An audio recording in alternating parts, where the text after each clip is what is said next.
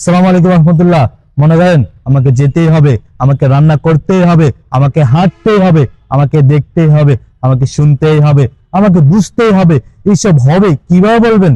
আপনার এই হবেটা আজকের এই ভিডিওর মাধ্যমে ক্লিয়ার করে দিচ্ছি। তাহলে চলেন, আমাদের আজকের স্ট্রাকচার হচ্ছে subject plus have to plus verb one.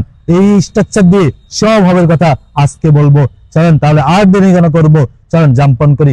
আচ্ছা, মনে করেন আমাকে খেলতেই হবে, আই হ্যাভ টু প্লে, আমাকে ঘুমাতেই হবে, আই হ্যাভ টু স্লিপ, আমাকে দেখতেই হবে, আই হ্যাভ টু ওয়াচ, আমাকে শুনতেই হবে, আই হ্যাভ টু লিসেন, আমাকে পড়তেই হবে, আই হ্যাভ টু রিড, আমাকে গাইতেই হবে, আই হ্যাভ টু সিং, আমাকে চালাতেই হবে, আই হ্যাভ টু ড্রাইভ, তোমাকে চালাতেই হবে, ইউ হ্যাভ টু ড্রাইভ, তোমাকে ঘুমাতেই হবে, ইউ হ্যাভ টু স্লিপ।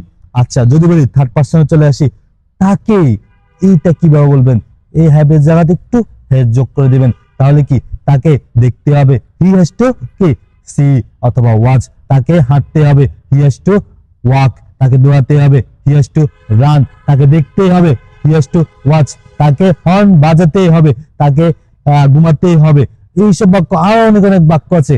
আপনার ইচ্ছা শক্তি থাকলে আপনি তৈরি করতে পারবেন এই একটি স্ট্রাকচার দিয়ে। আজ এই পর্যন্তই। ভালো থাকবেন, সুস্থ থাকবেন। আসসালামু আলাইকুম রহমতুল্লাহ।